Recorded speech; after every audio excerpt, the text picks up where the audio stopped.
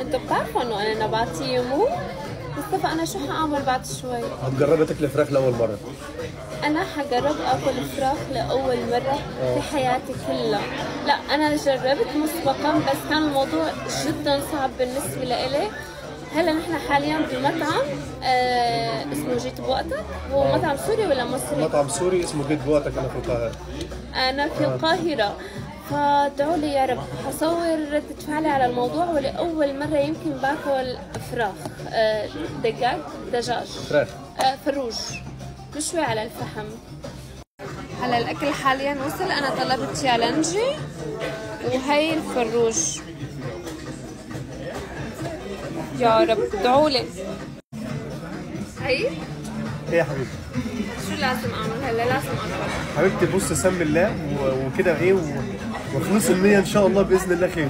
بسم الله. انا وصيتهم يعني ان هم يسووها كويس جدا تمام وان شاء الله هتطلع تمام. ما بكلش فيها دم خالص ان شاء الله وباذن الله هتعجبك. طيب شيل وطعميني. انا ما حامسكه بايدي. انت متاكده؟ متاكده.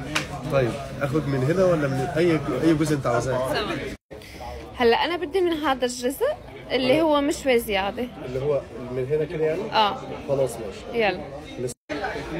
بسم الله الرحمن الرحيم. يلا بسم الله الرحمن الرحيم. طيب شيل بايدي عادي؟ شيل بايدك عادي. بنبلش بحته صغيره خالص. يلا اكلها بخبزه ولا اكلها عادي؟ زي ما تحبي. كلها بخبز احسن عشان ما تبقاش بس الفراخ عشان ما يبقاش طعمها قوي قوي لحد ما تعودي عليها وكده يعني.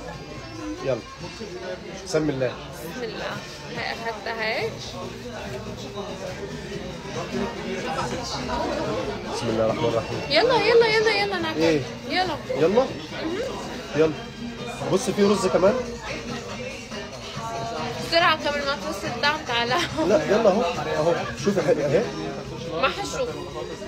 دي حته خالص ناشفه خالص ممتازه. شايفه عامله ازاي؟ تمام.